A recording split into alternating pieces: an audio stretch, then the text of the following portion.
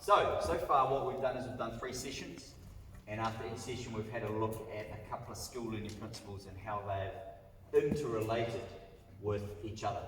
We looked at feedback and how it interrelated with biomechanics, i.e. how we used visual feedback from our phones to identify a skill error and then biomechanically talk about what's going wrong.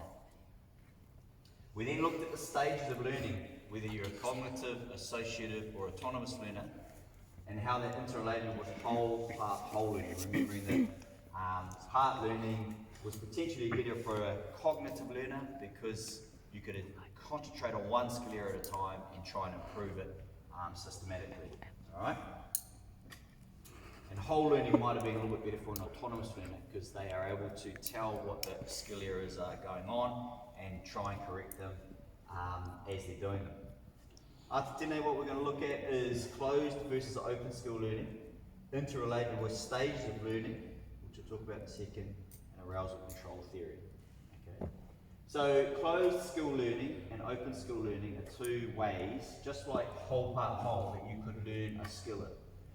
If you're going to do it in a closed skill situation, you have complete or as maximal control over the speed of the skill execution, the timing of the skill execution, the environment that you're doing it in. That could be ngā huarere, the weather, or it could also be the crowd that are around you. And also the situation or the context of the game, right, or the skill, right? So, for example, we've put a situation in there where it was the World Cup, you've got chocolate riding on it, etc. Okay? Then there's open skill learning, where you learn the skill where you have limited control over these things. Okay? So, if you think about the ultimate skill learning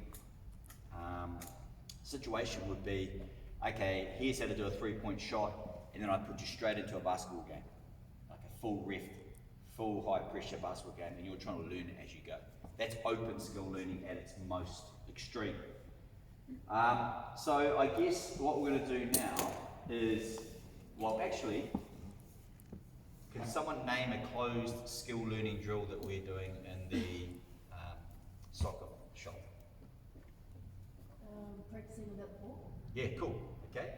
Because you've taken, you can do that in your own time, you can do it at your own speed, you are controlling the environment, you can pick where to go, and there's no real pressure that you've chosen to be in that situation, alright?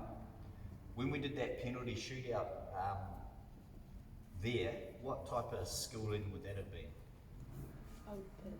Yeah, it's more open, right? Because you have less control over these things, alright? You do have a little bit of control over the timing, so some penalty takers, you put the ball down and you just went straight into it. Some put it down and waited a bit longer, alright? But generally, you didn't have as much control over this as what you would have had in, say, that drill that Sage was talking about.